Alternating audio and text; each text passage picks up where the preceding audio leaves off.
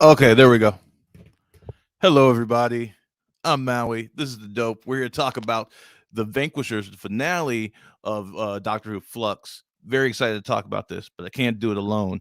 I need my constant companion, and this is Stephanie. Stephanie, how you doing, bud? Good. How are you? I'm good. I'm good. I'm excited to talk about this, and we have Me more too. guests with us today, which makes me I super know. We're excited. so fancy. Yeah. I'm super excited. First up, we have this is an awesome newer friend of mine that I met through online community called Zooming the Movies.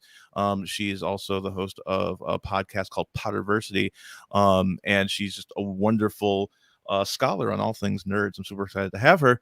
My good friend Laurie. Laurie, how you doing, bud? Oh, Very uh, excited to talk TARDIS. to. I usually spend most of my broadcasting time talking Harry Potter. Mm-hmm. TARDIS keeps making a lot of noise. So I'm excited to talk about another one of my nerdy loves. I love it. I love it. And next up, we have. We just met this person. We interviewed them. So you might have seen one of our episodes from a couple weeks ago, live from TARDIS. We had a wonderful interview with this awesome cosplayer there that we met. Um, does a great 13th Doctor. Welcome the wonderful Katie Haynes. Katie, Hey!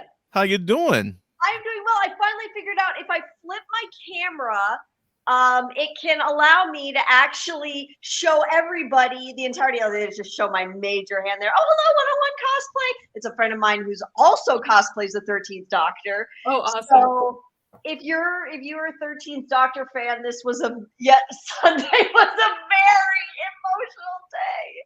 So before we get into it, I'm gonna give you a single. And why don't you just give us a little improv? Just go a little 13 on us.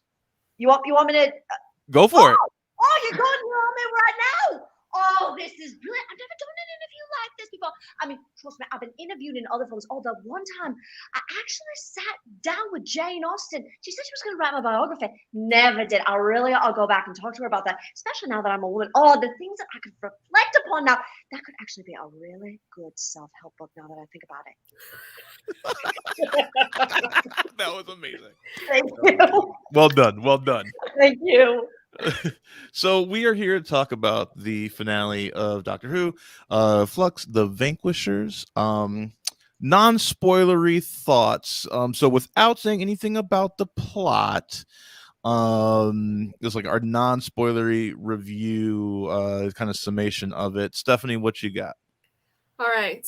I enjoyed it. Mhm. I thought it was a little fast paced, but at the end of the day, it felt like Doctor Who, and I loved that. Love it, love it, love it. Laurie, what do you got? There were some excellent moments, both in character, in plot, in emotion, but overall, there was also a lot of confusion. Okay. Katie. I think Stephanie took the words right out of my mouth.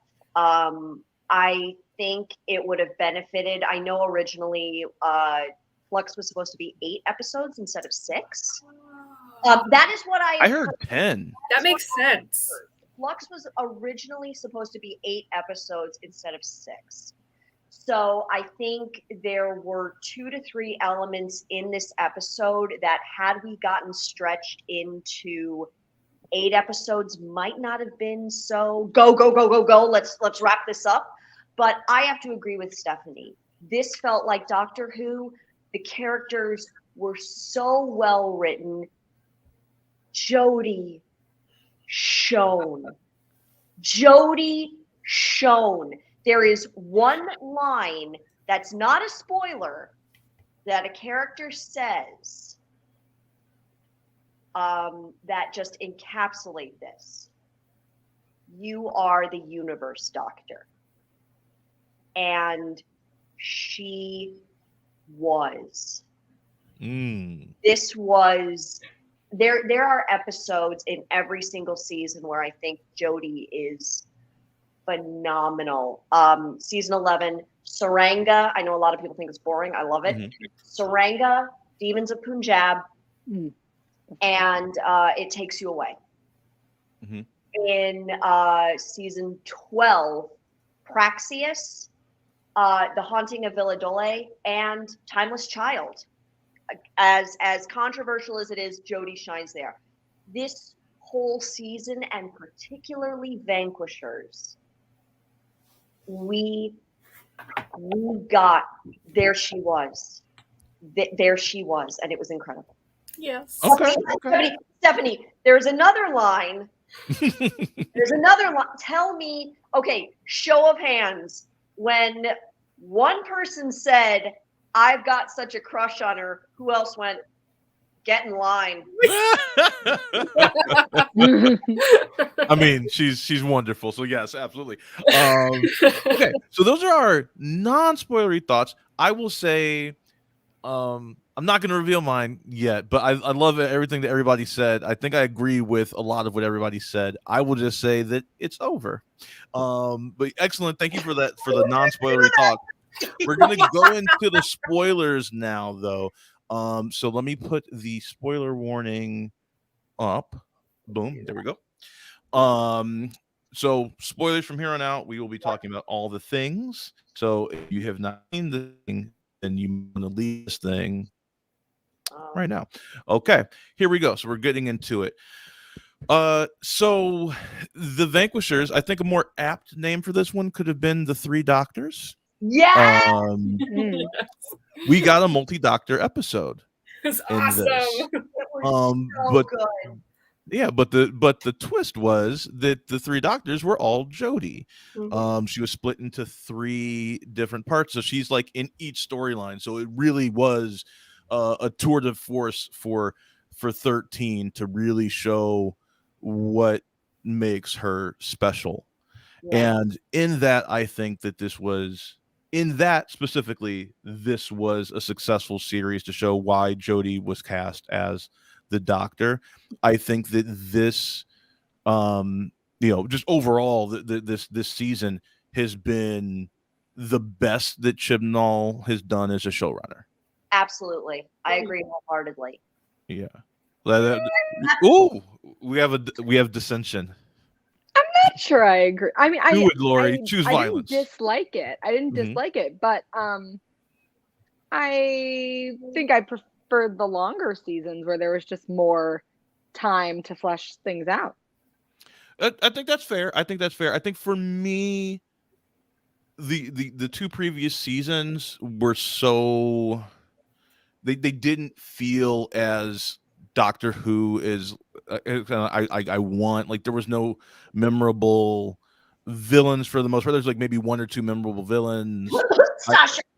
I was gonna say, we're not gonna talk about the Master, because I mean, the Master stuff was fantastic. I did like this iteration of the Master, but it's kind of but it's not like better than the last incarnation. Like, I prefer Missy. Oh, you're right. I was gonna say, for a second, I want to apologize. For a second, I thought you were gonna say John Sim, but you were talking about Missy, and I was like, yeah, okay, Missy. I'm not as big a fan of Missy. I loved Sacha Dhawan. Oh my gosh, I thought he was incredible. I loved his Master. I thought Missy, they let off the hook too much. I felt like it was like, oh, she's like kind of sweet now, like, oh, mass murderer, and it's like they were too forgiving. And I don't know. Have you listened to her Big Finish? No, I haven't. No. They're really phenomenal, and I think they keep, because she goes, I mean, the Big Finish shows her as really solid, chaotic, good. But you're right. For me, it's Missy, Sasha, John, and everybody else. No disrespect to Eric Roberts or to Roger Delgado, the original Master. I mean, Eric Roberts' Master could use a little disrespect. That's okay. It's not the end of the world. Is that the one from the movie? Yeah. I don't know original Who. I only know new Who. So that's actually neither like classic Who nor is it new Who. It's like the weird in between that. They did a movie with the Eighth Doctor. Yeah, if it's before Eccleston, I'm unfamiliar. Yeah, and it was like done. It was actually in America. Like it happens in America in San Francisco, as I recall. And the Star Trek Master domain. is Was it played by Starfleet Julia Academy? Roberts' brother, Eric Roberts. Oh, I thought you were going to say played by Julia Roberts. Oh, okay. It's really Julia Roberts strange. as the Master. It's something. Yeah. I'm going to go on the record and say it is one of those movies that half of you watches with complete disgust and the other half of you watches like this is the best thing ever. Paul McGann is incredible as the Doctor. Yes. Eric Roberts is devouring the scenery. He is in a buffet and he is loving. It's like watching. This is the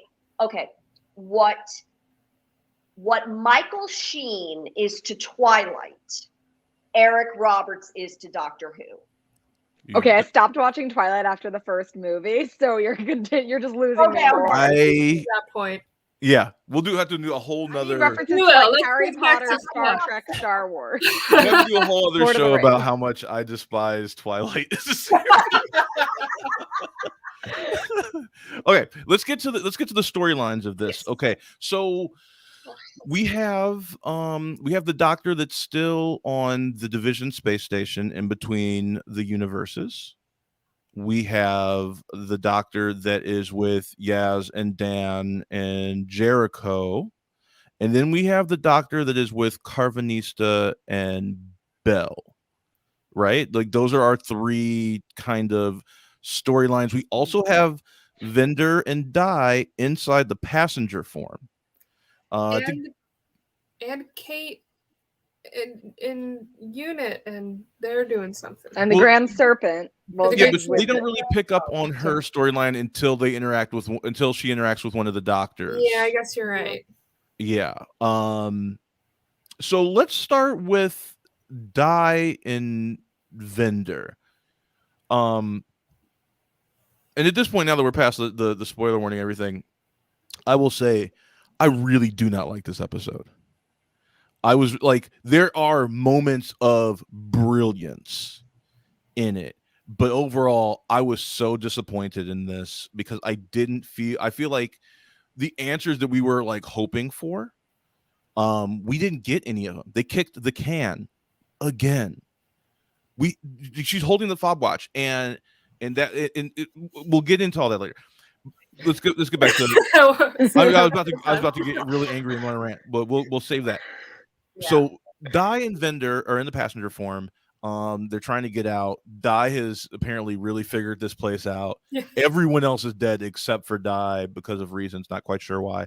I was about to say, did I miss something? Because I was slightly confused. Yeah, and this is a recurring theme for me. I feel like I missed something all the time. It's kind of a recurring theme. And once again, as Katie was saying earlier, this was originally supposed to be a larger series. You heard 8 episodes. I heard 10. And now I have on top of every other reason to despise COVID. Mm-hmm. That would have had this been a 10 episode series. Obi still my beating hearts. Yeah, we would have been able to do so much more. Yeah, I definitely think there's so much that could have benefited from that. Yeah, for real. Yeah. So what did y'all think of the Di Vendor storyline? Let's start with Laurie on this one. I thought it was interesting to have two characters who we had separately met come together. Mm-hmm. And so I was here for that. And two with very, very different backgrounds. We have the one who's like trained for exactly this kind of thing in Vendor, and the one who like works at a museum in Liverpool and got dragged into this whole mess and probably has no idea what's going on. So I thought it was exciting to see that she's someone who, not being used to a situation like this, really was thriving and figured out a lot of stuff. And Vendor had that comment about like, wow, you should teach the academy. So that was cool and impressive and nice to see from her. Mm-hmm. But at the same time, I was confused as to why she was the only person there, and why he felt the need to. Did he purposely got captured by the passenger? It seemed he wanted to go in there, and I didn't really see. I feel like he said something like that. He was banking on the fact that he thought that Belle was inside the passenger form. Okay, yeah. So it seemed to be kind of. I don't know. Yeah. Please, Katie, tell me. Yeah. In the previous episode, As I recall, he got captured by the Ravagers, and that's why he was in the passenger form. That's what I recall. I didn't mean to interrupt, but as I remember... No, please, yeah, but I thought he said something like he did it on purpose. Yeah, in this episode, he says that he did it on purpose, but it didn't read like that in the previous episode. Oh, wait a minute. No, did he say... No, he did! Wait a minute. There was one... Was there... Okay, half of me is... I'm remembering two different scenarios. We need to put all three of you back together, Katie. You're split between three realities. That's really taxing. We were in the theater together in Chicago TARDIS during that episode. He was saying, because he turned the corner and he had his gun trained. He turns, there's the passenger and Swarm, and then he turns back and there's Azure. And he said, didn't he say, they said something like, we detected you, and he said, I was hoping for, but you're right, Laurie, you're right. I'm getting mixed signals. And they deal with it with a throwaway line, and I felt like it needed more explanation. I'm like, well, I need to really understand what his plan was here. Yeah. Also, why did they take Di? Because like they made it like a big deal in the second episode that they had captured her, but then it felt like they forgot about her and forgot about Dan. Like, you know, so like these are the things that kind of added up to me, like really disliking this episode in terms of like, did it stick the landing for me? It did not. I don't think that this series of Doctor Who was without value, but you know, this is going to be a recurring. You know, you're going to hear this a lot from me throughout this conversation. So spoilers for my thoughts on this. Katie, what did you think overall of the Bell vendor of it all?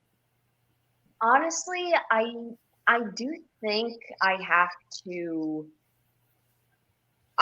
agree. I think it was rushed. And now that I think about it, I think they did really forget about Di, because I really liked her in the first episode. I thought that I liked her relationship with Dan, and I'm kind of mixed feelings on how she reacted to in the end, at the end of the episode. Half of me is like, okay, I get it, and then the other half of me is like, for the last half hour, you were a total badass. Why are you mad? Like, you traveled through space. Yeah.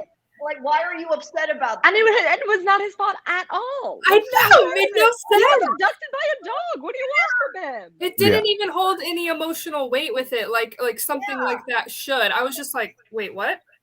Anyway, I have a lot of feelings about that. It was weird. To see him initially, I was like, was she upset because it was like a traumatic experience and she's like not ready to like be near him again, even though he really had nothing to do with that experience? And like, I don't know, she didn't seem like, not to underplay her trauma or anything, but she didn't seem like that traumatized by it. It seemed like she had, you know, kind of gotten as used to like the sense of adventure and like accomplishment. So I didn't know if there's like something more to be explored there as to like why she had the reaction with Dan. Yeah. I'm willing to bet if we had gotten this one part, we would have seen more of her development of her within the passenger. But yeah, you were right. Like, I like the fact that she and Vinder connected and it turned into a badass. But then, you know, you have the first half of the episode, which for my money is absolutely incredible. And then you go to Vinder and them, and then we like, you know, it's like, oh, we have to push everything into this like straight line. Again, I liked the episode, but they did a big like, ooh, let's clean this up. Yeah. Steph, what are your thoughts on the Bell the Di vendor segment of this episode? So, like, they popped up. I had no idea. Like, I couldn't remember how either of them ended up here. Like, it wasn't a significant fact, like, for my brain.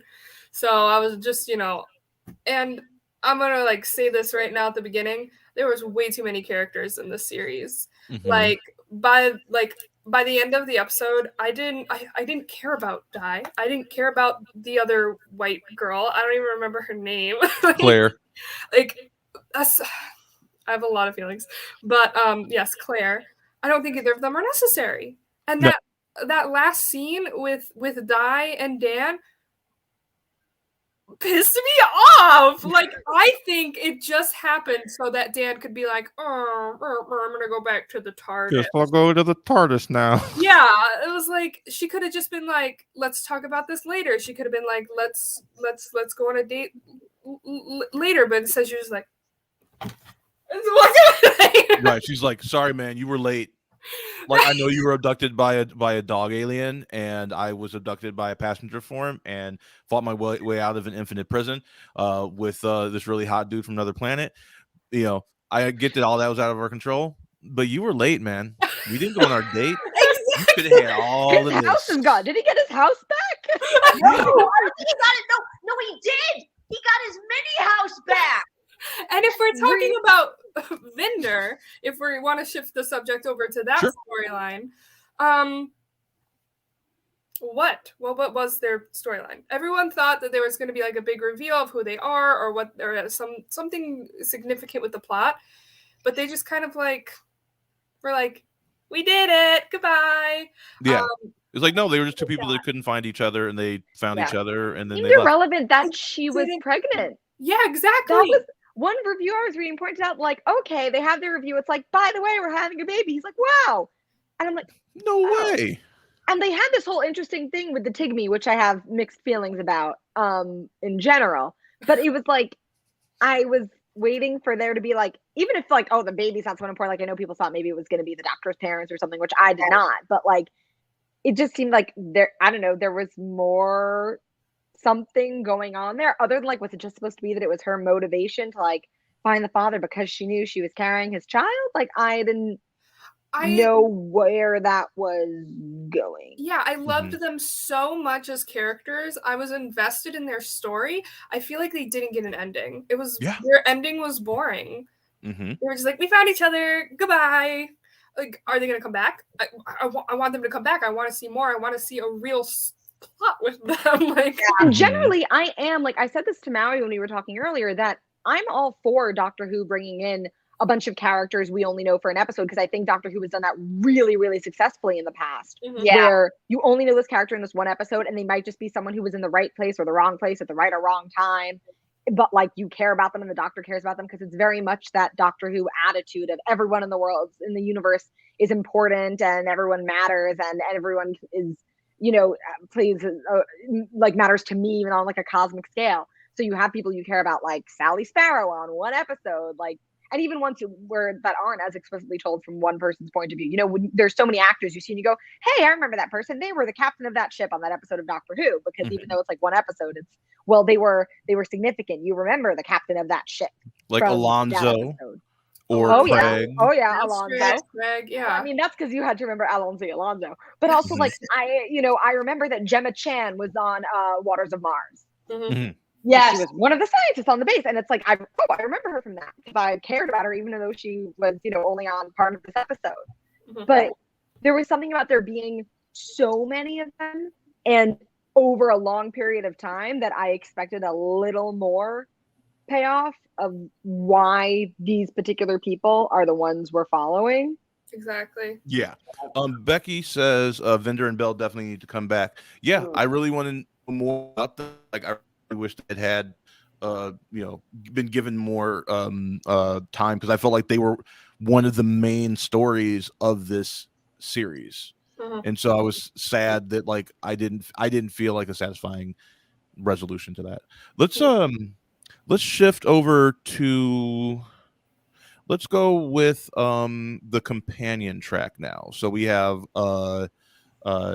Yaz, Dan, Eustace Jericho. By the way, Eustace Jericho is maybe my MVP for this entire like series. R.I.P. Eustace. He was wonderful. He gave me the same warm fuzzies that like Wilfred Mott gives me. Wilfred Mott is one of my favorites. I want a spinoff with Wilf and Eustace just being like two like old dudes just like solving like supernatural crimes together and just being really adorable with each other. And then when they're not solving crimes, they're just like gardening and shit. Like, give me that. I'm just like stargazing. You know, Will's house is telescope. Yeah. So we have them, and they're with Williamson, Joseph Williamson, who created the tunnels. I guess this is a real person. I've never heard of this guy. I need to do some research on this Williamson Apparently dude. he is. I guess like people from Liverpool know who he is. He's like a local legend. Yeah, this was like a real like victory lap for like Liverpool and like houses all over Liverpool. They're like, yes, I feel seen. They had the Sheffield victory lap before. Yeah. Like, and now each town, you know, the Wales victory lap was over in the Davies era. Mm-hmm. So we had them, and so what do you think of this kind of track? Sorry, checking something. What do you think of this storyline? Let's start with Katie on this. The companions storyline. What did you think of their arc in this? I really and Alex, I do see your question. I'm gonna ask it after we get through this part of the conversation. Thank you for submitting it. I enjoyed it. I thought Yaz, particularly shown in the 5th episode, I fell in love with Dan. I think Dan is amazing. I like Stephanie. I think you're going to go the way I'm going to go, maybe. So I'm just going to say this. Dan was mad that he couldn't have a date. So what does he decide to do to the 2 other people in the TARDIS? But you call him Dan the cockblock? No, I screamed at my screen when I heard which way switch. I was like, God damn it! We knew it was coming, but come on. Like, you know what? I should have just said. I should have just said, darn you, Bradley Walsh. Just to rub it in a little bit. But, again, overall, for me, as a fan of the 13th Doctor and these characters, I really enjoyed this season, but so much of it was rushed. And I really think I'd like to believe it was because of COVID, because had we gotten 10 episodes, we would have gotten more. But Yaz shown, Dan shown, Jericho, rest his soul. I thought Claire was a great standout in 4. She did not do much. And I'm gonna go, I have to agree. We needed Kate to do more. Yes. We should talk about that later. We needed her to do more. I liked that she was there. I loved how she didn't take any of the Grand Serpent's crap. Which, by the way, I love how much the Doctor chews him out. So I don't like the Grand Serpent. So I don't think it's needed. I think you could take it all out. I don't understand why he's there. But in this episode, I understood why he was there in Binder's past. Yeah, but that scene with her kind of like figuring him out while he's torturing her and she's getting in his head, that's so classic. It was so like awesome. Doctor. So It felt like that could have been written for 10. Yep. Right, like I could hear 10 doing that. 10's done that many times to people. There were a lot of 10 things I felt in this. and The he's 3 just Doctors, getting I in was their thinking brain. of the 2 10s. Yeah. Mm-hmm. Yeah, it was. Yeah, that was wonderful. So yeah, I 100% agree with that, Katie. Like that scene is so effing good. It was, and again, Jodie just rocking it. Mm-hmm. Yeah. She has an energy that reminds me of somewhere between 10 and 11. Yeah. She's got that like. She has that in between, like childish excitement, could talk for 20 minutes and no one stops her, which I saw some reviews complaining about. And I was like, excuse me, every Doctor has done that. Suddenly you care when it's a woman. Like Tennant didn't have like pages and pages of talking where no one even speaks to him. Oh, brother. Yeah. Like I think she's most similar to 10 in that like Squee, things are happening. I'm going to talk 1,000,000 miles per hour and throw a bunch of like techno babble at you, and then you go, oh, I love that. Like it's so 10. I think that those two have a lot of connective tissue. 10 and 13. Sometimes I think there's a little bit of the 11 like childlike spark to them. I definitely see that. But then also with both of them, I think similar to both of them, how she'll get dark fast too. She'll be like, oh, I'm not playing now. Mhm. Yeah, no. And the doctor always has to be, no matter who the doctor is, always has to be the eternal old soul and the eternal child. And 13 for me is the little kid who runs up to you and is like, look what I made, look what I made, look what I did this, I did this, I did this.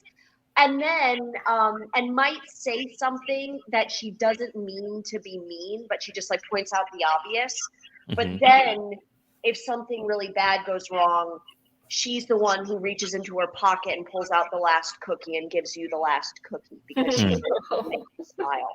Like that's 13 for me. Sometimes too, the way she interacts with Yaz, and this happened with Ryan and Graham too. Sometimes it reminds me of the way 10 treated Martha, a little of the like, oh, I care about you and you're my friend, but also like there's stuff I just don't want to talk to you about, and I'm gonna maybe snap at you if you get a little too close to the sensitive spot. Plus the like that Yaz is definitely in love with the doctor. Oh yeah.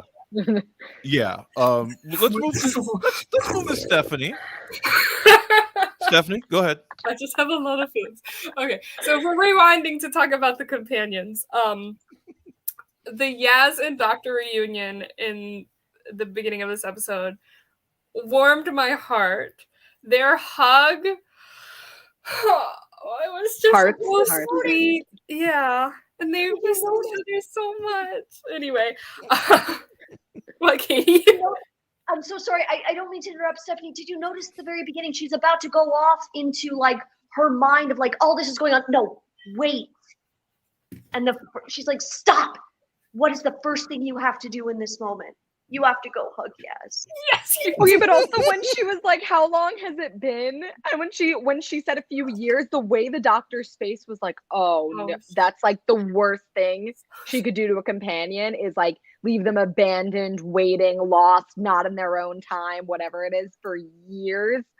And the look on her face there like broke me. Would you say that now Yaz is another girl who waited? No, I'm done with calling adult women girls and defining them based on their lives being all about the doctor. We're done with the Moffat era. We're done with the Moffat era. Yes. Well, and even if you don't ship the Doctor and Yaz, that was a beautiful moment of the Doctor being like, she's the most important thing right now. I need to focus on her, and then I'll focus on everything else. Even as just a companion, if you don't ship them, like realizing the connection they have and the way that she values her, even though they haven't spent any of this series together, which I think was really important because, like I said, we didn't get to see them together a bunch. Dan, like I said before, he grew on me. I love him. I didn't want to love another white boy, but here we are. You know what I love about Dan when he's just like, oh, she did everything. She was the boss. She took really good care of it. He has no problem being like, she did it. I don't know what the hell I'm doing. Exactly. I'm a lunkhead from Liverpool, and I hung out with this amazing, woman who like really like helped us. Mm-hmm. Yeah, now I like Dan. I'm glad he's sticking around a little longer. I guess. What did you think of the Yaz and the Doctor's like conversation toward the end? I felt like that was like they were about to like it felt like pretty charged. They were close talking. If anybody doesn't know what the term queer baiting means, just show them that scene. What did I say earlier, Laurie? That's exactly the word that we use. Yep. Because even the way the cameras were angled, that's the angle you give people before they kiss. That's the kiss shot. My question is it queer baiting if they eventually get to it? Because I want to give the benefit of the doubt. Like, it's not queer baiting. It's just that, like, in any potential romantic storyline, they're not there yet. They're not getting the opportunity yet. It's still a will they, won't they, or like does Yaz feel it and the doctor doesn't? So I'm open to like, there's still time. It's been long enough. Explicitly I'm sorry, Stephanie, what does your shirt say? Oh, it says perfect aunt with an A. Okay. I caught like half of the word and I was like, oh, does that? Okay. Uh-huh. Cool. You got a dirty mind, Maui. I freaked out for a second. I was like, oh my goodness. Okay, but yeah, I have a lot of feelings about that scene. But going back, talking about Jericho, we're talking about the companions. And then if we want to talk more about that, we can, Laurie and Maui, you guys can talk about Yaz and Dan if you want before we move on. I think y'all said it great. Laurie, you got anything you want to say about Yaz and Dan? I'm just excited to see more Dan because I think this season mostly had like about the same amount to do as like Vinder, except Vinder was not introduced as being a full-on companion and Dan was. So I'm eager to see more of him because the doctor really knew him for all of 3 days. And I love how I think they set him up really interestingly of like, okay, this guy who's like a tradesman, but clearly in dire straits, but spends his time volunteering at a, food pantry, but refuses to take anything for himself and is spending his time especially just like if giving it's soup. towards the museum. Like, don't give him soup. It is now one of my eternal goals in life to get a photo op with John Bishop. And right before we take the photo, I'm going to say, wait, I've got a prop. And just pull out a can of soup. And the walk. We can't forget him with the walk. No, the walk. I wish he had kept the walk through the series. Yeah, that should be his thing. Yeah. Yeah. I just want to say Jericho was so wonderful, and he was just such a sweetheart. Like from the moment he was on screen, like he was just so sweet and so kind. But when he's like just accepts his fate, and he says, "I lived more in the last few years than like I ever thought I would. This has been amazing." Like I could hear him saying like what Ten said to Wolf, like it would be my honor. Like I could like hear that like kind of in the words he was saying. And then what did he say as they came in, like what a grand adventure, what an awfully big adventure, which is a Peter Pan reference. He says to die would be an awfully big adventure. I thought it also sounded like something that would be in that, like an awfully big adventure sounds like something that would be said in The Hobbit. And between my friend messaged me, oh, an awfully big adventure, and then he destroyed the ring, and I was like, wait, are we talking about? I feel like I'm talking about Middle Earth right now. Between like those lines, both feel related to hobbits to me. Which can someone explain to me? It was one of those moments I feel like I missed something. Maybe it happened too fast. What exactly happened? He and Claire both had their rings. She turned hers, so she went. His somehow ended up on the ground. Yeah, his just and then he was shooting, off. and then he seemed to have accidentally shot his. But I was like, oh, did he like accidentally lose it, or did he purposely throw it? Yeah, I couldn't figure out why it was across the room all of a sudden. Yeah, it was real weird. It just like shot off of his finger somehow, and like as the door was closing, that's the time I was like, pow! Like I know exactly what this is, and I'm gonna shoot it with pinpoint accuracy, even though when people are 5 feet in front of me, I can't hit them to save my goddamn life. Oh, he shot it himself by accident when he was no, shooting. The Centauran shot it as the door was slamming shut. Oh, I didn't look at how it got off his finger. Yeah, it was very confusing. It happened like lightning fast. So fast. I actually went back and rewatched it so I could understand what happened in that moment. I've got a follower who says Hobbit crossover, please. Hobbit crossover, please. Well, I would be down for like a Hobbit, Doctor Who, Newt Scamander, because I'm convinced that Newt. We were actually talking about this, and I want to do a whole like show about like fictional characters that are actually Time Lords. I think Newt Scamander is a Time Lord. I think Laurie mentioned Mary Poppins, Willy Wonka. Willy Wonka. The candy the chocolate factory is his TARDIS. Yeah. Mary Poppins because her bag is bigger on the inside, but also Missy like is Mary Poppins. Yeah. Just give her a carpet bag and there you go. If I may, guys, I know I interrupt a lot, so you can't. Oh, you're fine. Yeah, you're having fine. a conversation. We're having a good time, and I'm loving it. If I may, the one thing before we go further, if I may, acknowledging J.K. Rowling's transphobia and the fact that I could just, JK, let me get. Oh, she's going to get something. Oh, Well, she's running off. I just wanted to say, related to Jericho, I thought his death was appropriate. Like, it was sad, but I think the episode needed some emotional weight.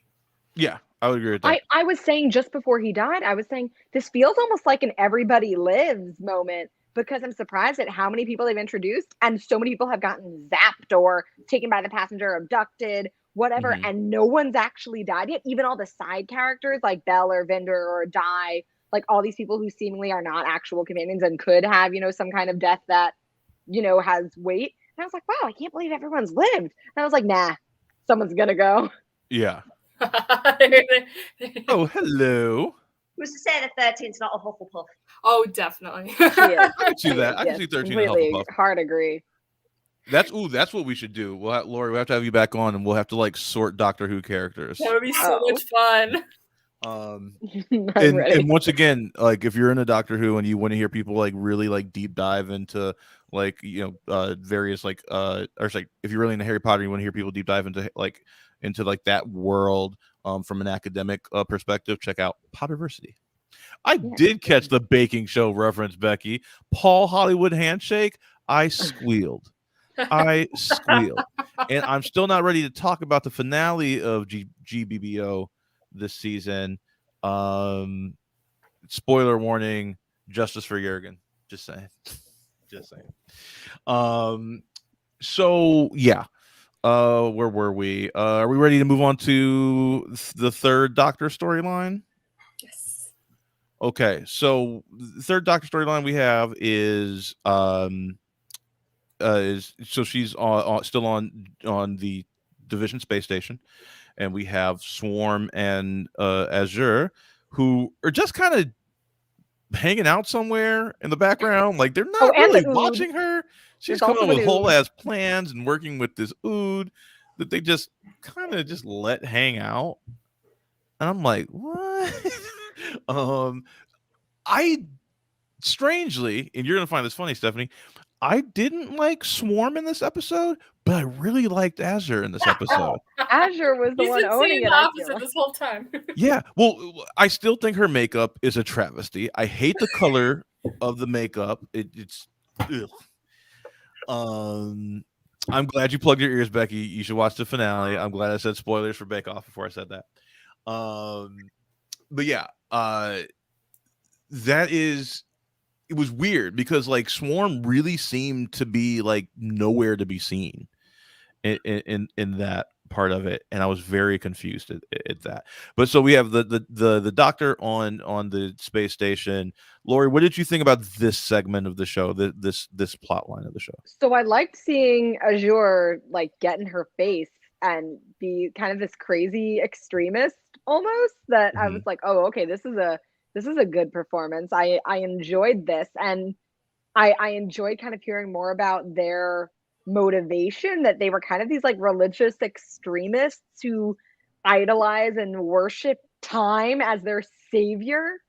So I found that really interesting. Wait, it was also in this episode that the Doctor, that they did open the fob and said they would like make her like take away her memories and then build them back up again and make her like suffer through losing them again and again.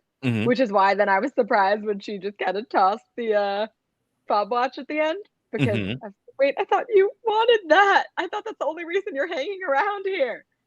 So that was, I was interested in what was going on here, and then I was kind of disappointed when Swarm and Azure kind of just got Thanos snapped. Okay. As they had been doing to others. Let's get into that specifically. So this whole series, Swarm and Azure seem to be like the big bads of this. They seemingly pretty much do everything that they were supposed to do, except they couldn't quite get rid of the Earth. But as far as I could tell, they destroyed the rest of the universe for the most part.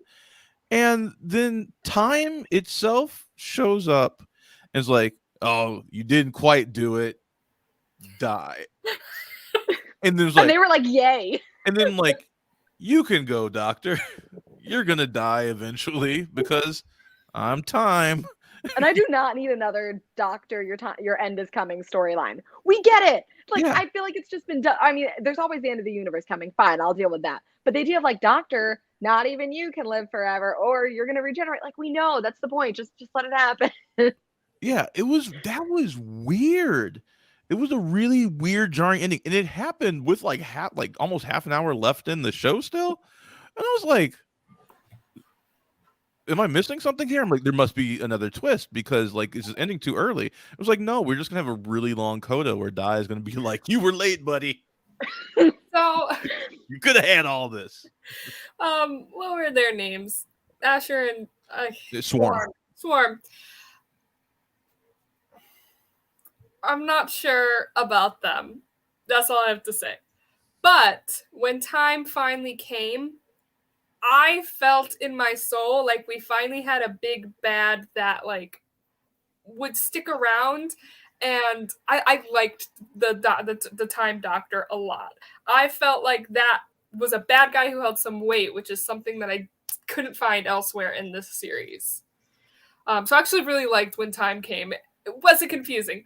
Oh yeah, I don't know what's going on, but I liked them, and I loved that scene between them, and I actually loved the foreshadowing personally. It reminded me of 10, and that's probably why, because I eat that shit up. Katie, what did you think of that whole storyline? I honestly really loved it. I love really over the top villains. Like I love them. I'm a Disney kid, and God, Swarm and Azure Azure gave it her all this episode. This was finally an episode where we got Azure to shine. I wanted to, namely because there's an interview. I want to make it. Let me be 1,000,000% clear. I'm a diehard shipper. I'm willing to accept if it's two adults, I'm willing to accept anything. But Sam Spruce, I'm horrible with names. He said he played his performance where in the first couple of episodes where Swarm was in love with the Doctor. And I was like, oh, why couldn't we have gotten more of that? Not like because he's just enjoying this moment so much, and I thought they were going to go a completely different way with it. But overall, I love those two. I actually, while I thought that the Thanos snap was like whatever, I liked that Azure was like ascension, like she's happy that she's dying. I'm like, jeez, but. Yeah, she was really down with that. She was like, yeah. They're like against the idea of material existence, right? Yeah. So like they've ascended from this like the physical temporal plane. But time, the Doctor is God, and again, you want a great moment of Jodie's performance.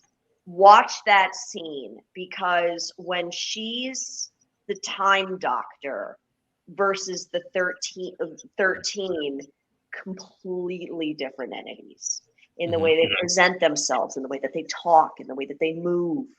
And if there is a God, bring my master back. Oh, they have to. Well, I was watching with captions, and it capitalized master. It capitalized master. It did. Give it back. Give it back. She knows. And when she says, "What do you mean, master?" She knows. She made the connection. She knows that it's an uppercase M. She knows. Last time they were like spy master, and she was like, "Say what?" Yeah, that was so exciting. And I let the spy master thing like slip by me. I'm not gonna let this slip by me anymore. Yeah, no, he better be coming back. Like, you cannot use this word around me. You do not. If you say that word, I'm gonna think Sasha or I'm gonna think Michelle. That's it. I wish that they connected this Time Doctor. It to me, it's weird that just like the concept of time is evil. I thought that this was going to tie back to this is like a more general statement, but it's partially about this. There were things that came back that I didn't think needed to come back, and things that didn't come back that I thought should have come back. Namely, like, I don't understand why the Sontarans came back. I thought that was like a well-contained episode with the Sontarans. Like, I didn't understand why the Grand Serpent came back. It didn't really seem necessary or tied to other stuff. But I thought that the Maui and the Temple of Atropos were going to come back in like a more significant way. Like, I thought that was going to tie into Timeless Child stuff. And it said, wait, what did Tecteun end up telling the Doctor? That she was from like outside the universe or in between the universes? From a different universe? She found her at the portal, but she found her in our universe. She assumed that the Doctor came from that other universe, and the Doctor pointed out, like, you don't actually know where I'm from. So you when don't all know that if I was stuff waiting came there up, for someone, or if I came through that portal, or if we were going to go through that portal. You don't actually know where I'm from, which was interesting. Yeah. But I was like waiting for something about Timeless Child and like the temple and the Maui, and I was like, there seems to these are not. And that's why I'm so upset that the fob watch that she never actually like regained her memories, because I thought that Ruth Doctor was gonna come back too. Yeah. That is something that I'm mad was not in this episode. Where the hell was Ruth? Where was Joe? Yeah. So if like this Time Doctor wasn't necessarily the concept of time, but perhaps the Valyard, like something like that, that would be cool. Like if we pull, like, here's a classic Who big bad that we haven't really used at all in New Who, right? We had something kind of adjacent, like Valyard adjacent, with the Dream Doctor. The great Toby Jones played. Dobby. That, like, give me something like that, but like tie it back into the mythos instead of creating all this new stuff that doesn't really have any weight in the narrative. Like, I hate, and I've mentioned this in multiple times, like with the MCU shows and stuff, I hate when in the last like 20 minutes or the last episode or two of a thing, you introduce a new character that has actually been behind everything because you think it's going to be this cool reveal. But the problem is, I'm not emotionally tied to that character. They haven't been a part of the storyline. So when you drop them in so late, I don't really care who they are. You killed all the people that I found interesting. You killed Tecteun, who I thought would be the most interesting person to have as an ongoing villain. He should have been the big bad. She should have been the big bad. And shout out! I know I know I wasn't on the I'm assuming you guys had an episode for that. Can we get a shout out for the actress who played Tecteun for playing one of a phenomenal portrayal of an abusive, gaslighting parent? Oh yeah.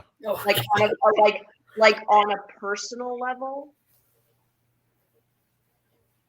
that was, ma'am, if by some act you're watching this, ma'am, well done. Yeah, absolutely. And I will say that across the board, that I thought this was a very well acted season, very well performed season. I have no problem with the characters. I wanted more with a lot of the characters because I didn't think there was enough time to really give them the proper stories that they deserved. Because I like almost everybody in this, which I haven't been able to say in previous seasons. Like previous seasons, I liked the Doctor, I liked the companions, and I didn't really like much anybody else besides like Rosa Parks and a couple other people. This season, everybody was just dunking. They were dunking of fools. It was great, but like they just didn't have the real estate to really like let their characters breathe. And like it was. And I think that's been an ongoing problem in this era because I think from the beginning I did not like that there were 3 companions. And I felt like it was, I couldn't get to know any of them well enough. They'd like introduce something as an idea to be like, oh, that's a good thing to focus on about this character. But then like the next episode, they weren't talking about it. And I felt like none of them got breathing room. So I was excited when 2 of them left. Not that I was like, I disliked the characters. So it was like, great. Okay, let's just like focus on one companion. And I was like, oh, but we're going to bring in another. Oh, okay, 2 is fine. And then I was like, oh, but here are like 6 more. So, God, I just like... I'm looking forward to these next 2 episodes, like getting to hear a little more about Dan and like letting both Dan and Yaz have some breathing room because I just feel like it's been a very crowded TARDIS for this entire run. One more thing I want to bring up, and then there's a question in the chat that I really want to get to. We don't have too much time left here. And this is actually why I really, really dislike this ending, and I think it kind of ruined a lot of this for me. did the Doctor just commit a triple genocide in this finale? Did the Doctor for real just say, I have an idea, and that idea was to not only let all the Daleks die, but also all the Cybermen die, and all the Centaurans die, and then not fix the universe and at least like get it recreated? Because to my mind, this ended with a triple genocide and about this much of the universe left. And the Doctor did nothing to fix anything. And I understand that I saw a commercial in the middle of it saying that the next thing is going to be the eve of the Daleks, so obviously the Daleks are still around somehow. But to the best of the Doctor's knowledge, she just killed everybody. I mean, did the Flux get undone? I was trying to figure out if it did, and I just didn't. The Flux got absorbed by the By the passenger, but that's only the final Flux event. Like everything that already got obliterated is obliterated, right? Right. There's no takebacks. I do have a theory. About about the ending. That now this is going to be major theory and major spoiler territory, but I think that the Flux is going to be undone, and I think the Doctor is going to undo the damage caused by the Flux and bring everybody back, but that amount of energy is what's gonna cause her regeneration. But I agree. I did not like that. I thought, and again, this is why I felt like, oh, we need to rush everything into a happy end. I'm like, dude, okay, they're Daleks and they're Cybermen, and I freaking hate Cybermen. I like. Hats off to Chibs for making me actually fear Weeping Angels for the first time in my life.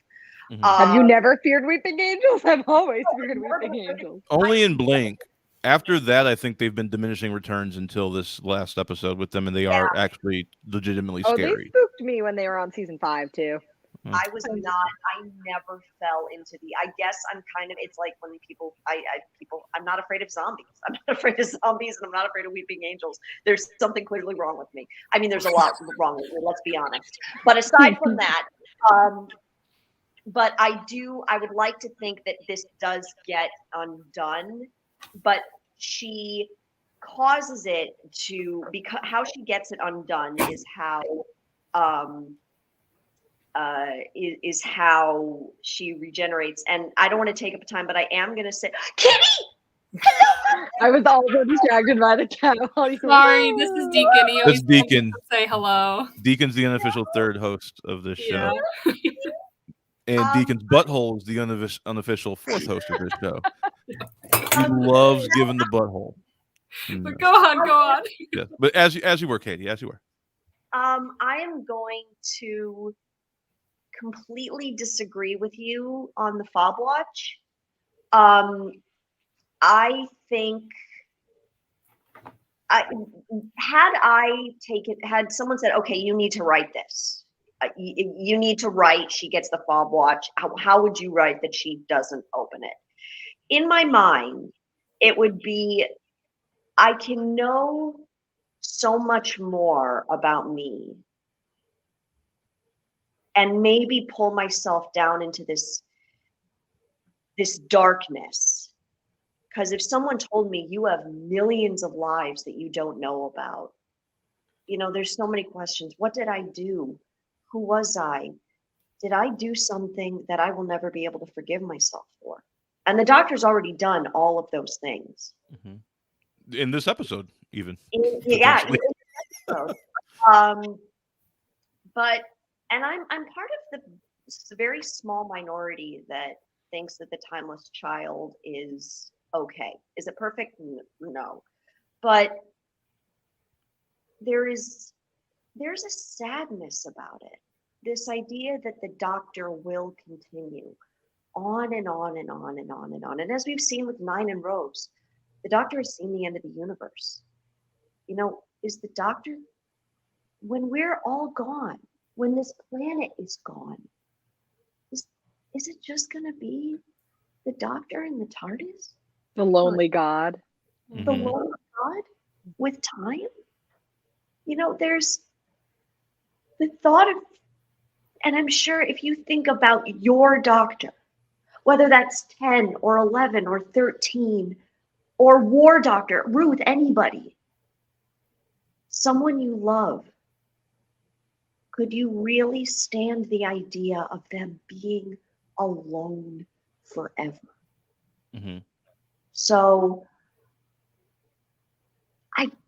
I have to admit, I like the mystery, but I like that she chose herself, who she is now, and who she has been and who she knows herself to be, rather than the Fob Watch. I have very similar thoughts, Katie. I thought the Fob Watch was a great emotional, like, thought-provoking part of the episode, and the fact that she put it away for now was very powerful.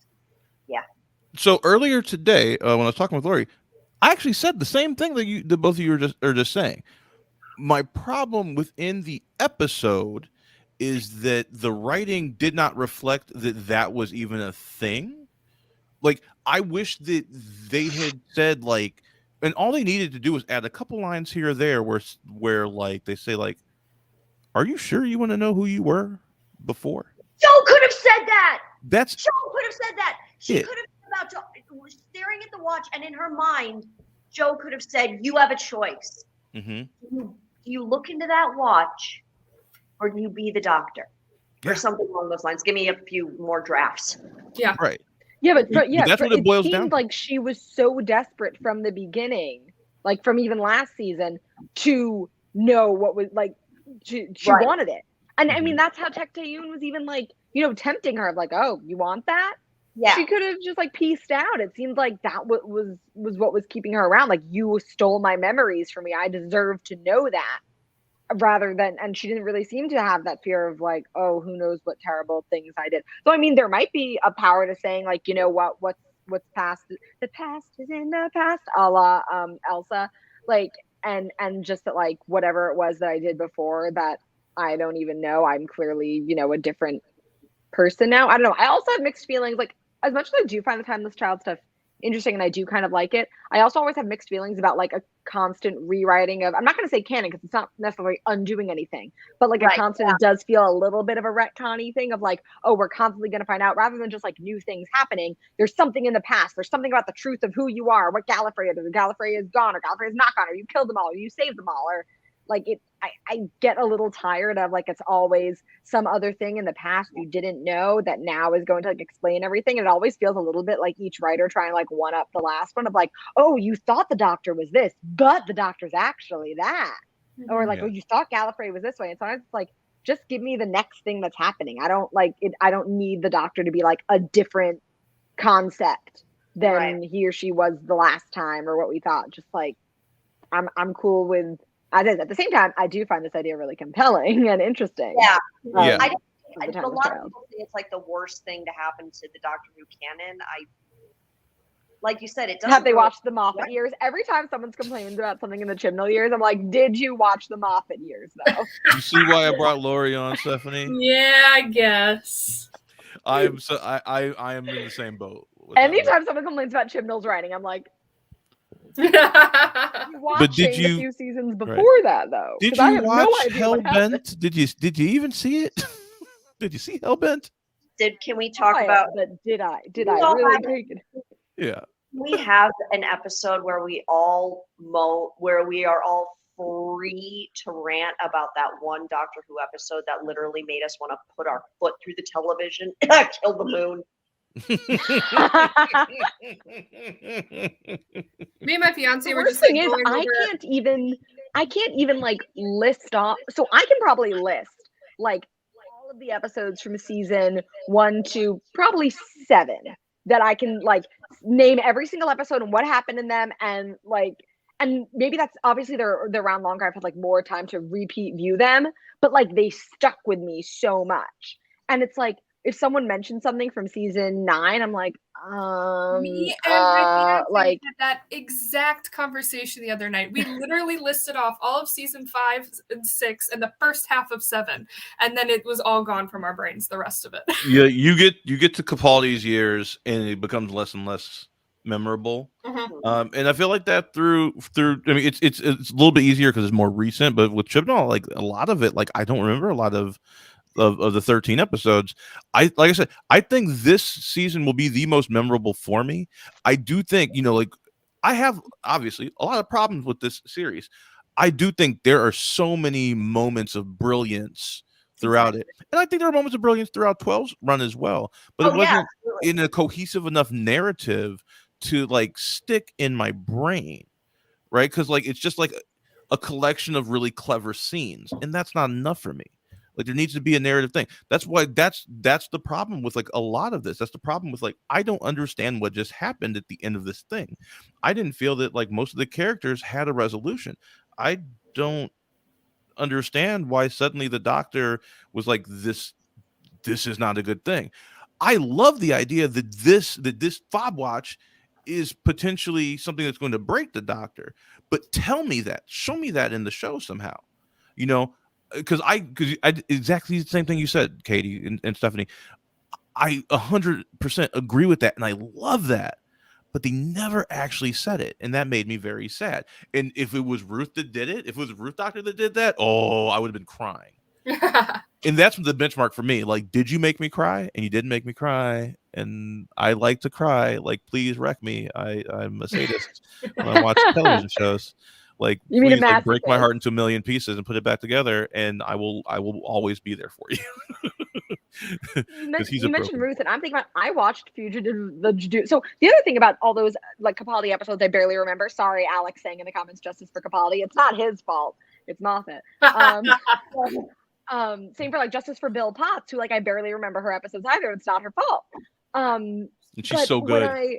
When I think about, I don't even remember these episodes. Part of it's also if I see them on TV, I just don't feel that compelled to watch them again. Whereas like if I see an old like Tennant episode that I'm like, I don't quite remember this, I'm like, oh hell yeah, I'm gonna watch it again. Mm-hmm. And Fugitive of the Jadoon, though, I think I watched 4 times that week because like I watched it the first time it was on. Both my parents wanted to watch it, but they were like available different nights that week, so I watched it again with each of them, and then it was on TV again, so I just watched it again. And every time I was like, I like screamed multiple times in that episode because I was like, oh my god, is this leading up to like a fob watch style? Are we like going back to Davies era? But like it's not in a way that like you wouldn't get it, that like it's only a throwback if like my parents who had not seen the Tennant episodes were like still intrigued by it and found it cool. And I just like everything that happened there, I was like, oh my god, this is so cool. And I loved like, oh my god, the number of times I watched that episode. And like was excited about it, even if it was like, oh, how much do I like stuff about like old things with the Doctor being changed? I'm not sure, but there's something I really like about how this is being done. I love it. Alex had a question that I want to touch base. And after this, then we're gonna just kind of like rate the episode and then wrap it up here. Alex said, sorry to block y'all for a second here. How do y'all feel about longer, singular, ongoing stories in modern Who? It worked with classic Who, where they lasted many episodes. Do you feel it worked or not? Should this story have been condensed to a few episodes with other stories thrown in, or was it worth the mini season? Who wants to take that first? I have many feelings about this. So you have the floor. Me and my fiance Abby were talking about this, and we both agreed that this Flux story would have been, and the episodes would have been better had it been done like season 5 style, like with the crack, like how I said that earlier. We were talking about that. Yeah. If like little portions of every episode, if little bits of every episode, little bits of the plot of every episode had something to do with the Flux, but it wasn't like the whole story for that episode, we thought that would have been so much easier to follow, less confusing, and more cohesive as a whole. Maybe you need more episodes to do that. I think we kind of agreed that this series could have used more episodes. But yeah, that's how it should have been done, in my opinion. That's how I feel about that. Laurie, what about you? So I admittedly haven't seen any classic Who. My general feeling about this is with a lot of sci-fi stuff. Like I've complained about this to Maui about Star Trek.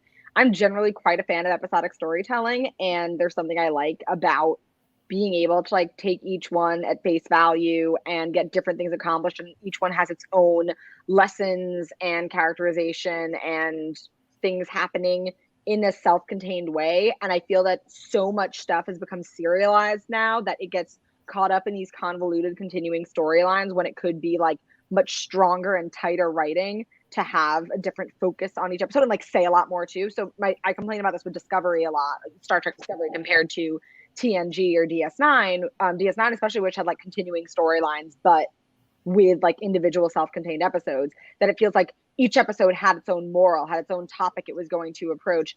And now with Discovery, it just feels like there's just one big point we want to make, and it's something like generic and general about like friendship in the universe, as opposed to some very particular point about a very particular issue.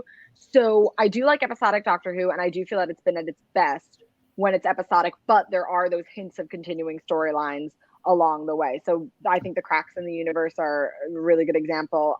I think even Bad Wolf is a good example, which maybe that was like more hints and not as involved in each episode. But yeah, I feel like this could have worked better a little bit longer with like the flux being something that was in the background that came to the forefront in certain episodes. And I think there's something about these shows that you like binge again and again and watch every time they're on TV, when you can just hop into a particular episode and go, oh yeah, it's the one with the blank. And like you'll immediately know what someone means.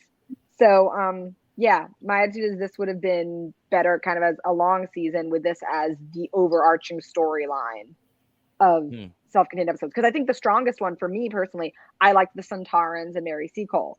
Because for me, I love historical Doctor Who episodes. I love when they do, here's a person you like might have vaguely heard of but don't really know much about, or maybe never have heard of and should know about. And throws that in with sci-fi stuff. So that for me was like, oh yes, this stood on its own as, oh, Mary Seacole, what if she met Suntarans? What would she be like? So I would have like kind of more of that in the context of this larger thing. I loved Mary Seacole. Oh, good call. Katie, what do you think? I really enjoyed this season. I've seen a few episodes of Classic Who, not a ton. I really do need to get fully into Classic Who to appreciate it. I think this worked very, very well as an episodic overall. I like Stephanie and Laurie's idea that it had it kind of just been sprinkled in. Maybe it would have built up a little more in terms of a threat. But for me, what would have worked the best was if had this been a 10 or an 8 episode series, just to have a cleaner setup and really give more people time, give Belle and Vinder more time to shine. I can't remember his girlfriend's name. Di. Give her time to shine. But I have to say overall, I think it worked. I don't think it's perfect. Mm-hmm. But I think for what they tried to do, I think they really gave it their all. And there were phenomenal standout moments. I think Maui's right. I think it's more about the moments that stood out than maybe the overall story, because this is a confusing story and there is a lot that is thrown at you. But I really, it as Stephanie said, it felt like Doctor Who. And I really, really enjoyed this. It was, I will say it was the most like Doctor Who feeling of 13's run, which I really was happy about, because I didn't want her to like leave without at least one season where I felt like it was Doctor Who. You know, I still feel overall that she should have been given better, because she's so fucking good as the Doctor, and the companions are so fucking good as the companions. She's off again. I love she's a ball of energy. I love it. In terms of like the ongoing story, or condensed to a few episodes with stories thrown in, or mini season, I think either way, but just pick a lane. If you're gonna do a 6-part thing like they did, yes, we will talk about that. Meet your new best friends. Yes, the Doctor Who comics is where she shines. You were telling us about this. Yeah. And hold on to those because I want you to throw out some quick recommendations as we sign off here. If you're going to do 6 episodes, you need to take at least 3 of those storylines out to give the rest of the room to breathe. Take out the Grand Serpent, throw it in the trash. Exactly. Take out Di. She really doesn't need to be there. There was really no purpose for her to be there. You could have had Vendor figure out how to get out on his own. He's familiar with passenger forms. You didn't need all of that extra stuff. There's a lot of stuff that you can just, don't need this, don't need this, don't need this. I mean, unfortunately, did we need Belle even? Like, I liked her, but like, you don't need Belle. I was waiting. No, you don't need Belle at all. We didn't shout out to Carvanista possibly having been a companion, and that just like made me really sad. I was like, and there's a huge moment that got totally skipped over. Like, Carvanista's like, fine, I'll take him, whatever. And Carvanista was an ex-companion of the Doctor, and we barely get anything on that. We have all these wonderful little nuggets of things that like these. And now he and Belle and Vinder and their baby are just going to be a family, right? Yeah, which I'm here for. They got a family dog. I want that. I want that big finish run. They're like Han, Leia, and Chewbacca. Basically. But I hope their baby is not Kylo Ren. Chewbacca, does he adopt when the baby is born? Does he adopt does the dog accept the baby? I hope so. Sorry, I'm bringing it up again. The point of Tigme, because like I do not like the implication that a fetus that is in such early stages that she's not even showing would like have thoughts and feelings and like could communicate. And that gave me certain feelings about certain issues that are very hot button right now that I was like, I do not like this implication. Yeah. I didn't even. Wow. I'm gonna. Don't eat it. Throw it out. You're right. I wish she had been a little further. Now that you brought that up, I wish she had been. Like I couldn't help but think that. First I was like, oh, it's just a baby monitor, but the baby monitor says like heart when it's like doing well, and I was like, oh, is it actually like communicating? Yeah. Like how many? I don't know. Let's. I'm just gonna say she's not human, and so it works differently for them. Yeah, maybe. Because the headcanon that. Laurie, I am very glad you brought that up because now that makes me feel uncomfortable, and I was like, oh, sorry. I will admit, I love Jodie's reaction because. Or is the whole thing artificial? But she put her hand to her stomach. If she hadn't put her hand to her stomach, I'd be like, "Oh, babies are now created in little Tamagotchis," and because I love the idea of like futures in which like women don't have to deal with like pregnancy and childbirth, and it's like, yep, the whole thing is in a little thing, and then you crack it open at the end, yay, baby!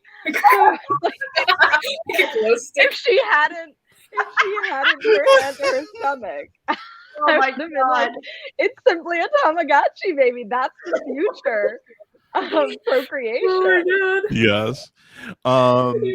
Yeah. So like I said, like either you do that or you do it the series 5 way where there's it's just peppered throughout.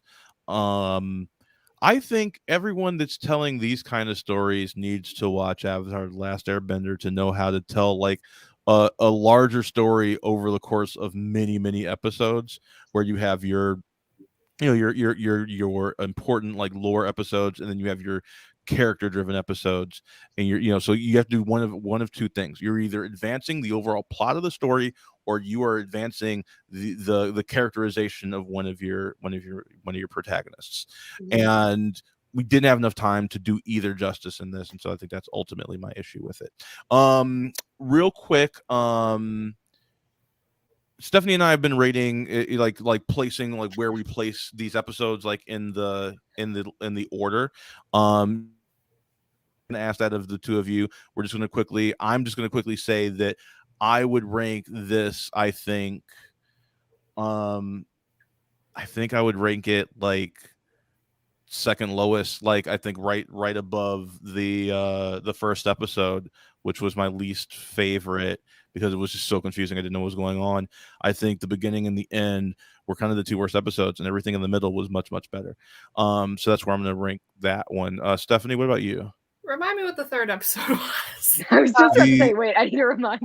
So that was that's when we go back to like learn more about Flux. That's when they're stuck in time, and the Doctor throws them in like their memories, and she's trying to save them. streams. And that's when we first see Ossock, who turns out to be Tecteun. Okay. All right, I've got it. Starting at the top. 4, the Angels episode. 5, 6, 3, 2, 1. Okay. All right. And so my question to Katie and Laurie, I guess Katie, you already answered this. You said you believe this series overall works. I do. I will give it. If I had to give it, I don't think I can rank the episodes. I will say I think the Angels episode is gold medal on the Angels episode. Me too. I think overall, I'm going to give it a B-. I think C+ is too low, and B is too high. Yeah, it's like Doctor Who averages a C anyway, and this was like slightly above an average. I meant that genuinely as a compliment. Yes, no, definitely.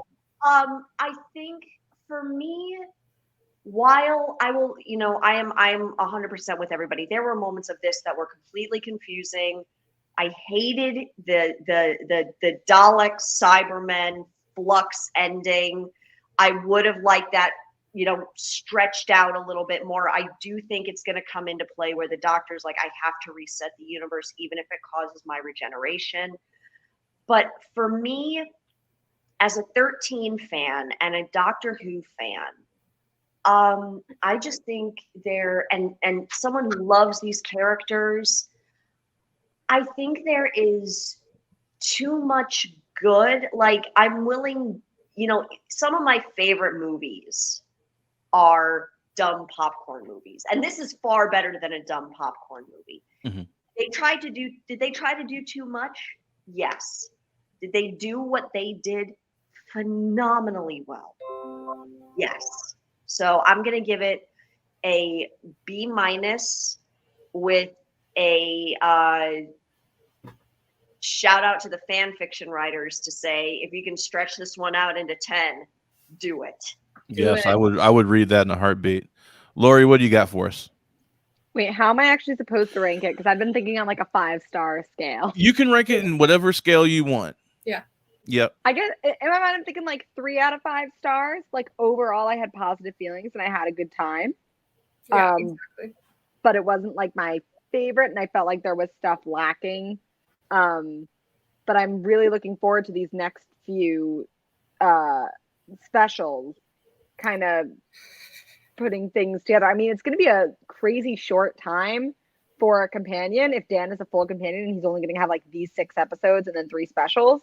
So I'm looking forward to a lot more characterization. But even as much as I did find this confusing and like not with the payoff I wanted from it, I like enjoyed myself quite a bit because I think a lot of the steps along the way, I guess I was most disappointed with the ending because I was like, oh, I thought there was going to be like a lot of explanation and tying things together, but I was enjoying individual episodes quite a lot, even while being a little confused. So I did feel like the storytelling quality was high. So yeah, I had a good time. I want to have a better time in the next few. Yes, I think that's very well said. And next time we're streaming, I will tell you of the fan fiction I came up with while we were talking, called Doctor Who: The Lonely God. It will make you cry. I'll tell you that much. All right. Before we sign off here, Laurie, why don't you just quickly please plug your Potterversity, please. Oh yes, I produce a podcast called Potterversity, a Potter Studies podcast, produced in association with MuggleNet.com.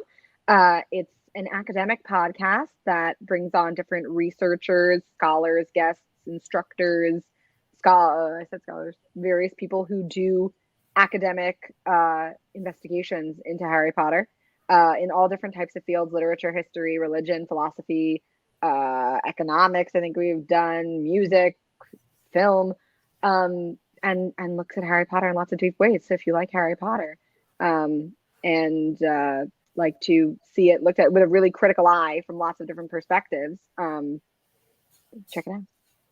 Thank you. And Katie, why don't you tell people where they can find you and tell them about your TikTok and your Patreon? I do have a Patreon.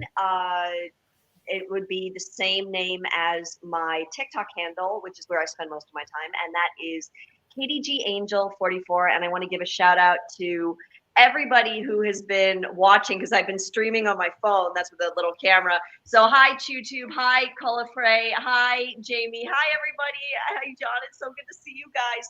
And I am going to give a plug to the 13th Doctor comics. Almost every single interview I've been on, I plug these guys, because if you want the 13th, hi Vicky, hello everybody, hi Chris, hi the Marching Time Lord, hi YouTube. These are phenomenal stories. You're going to see the Corsair. You are going to see the Weeping Angels. You are going to get the moment where 13 says, where is it? You are going to get the, oh my God, I treated Martha like garbage. Ooh. You told me about this at TARDIS. It made me that shook me. I don't know how I missed it back in the day. All over her face, even when I wasn't there. I'm sorry, Martha Jones. I'm so sorry. It was really, really thick back then. That's good shit. That's right. Why am I all emotional now? What is that? You are a fan.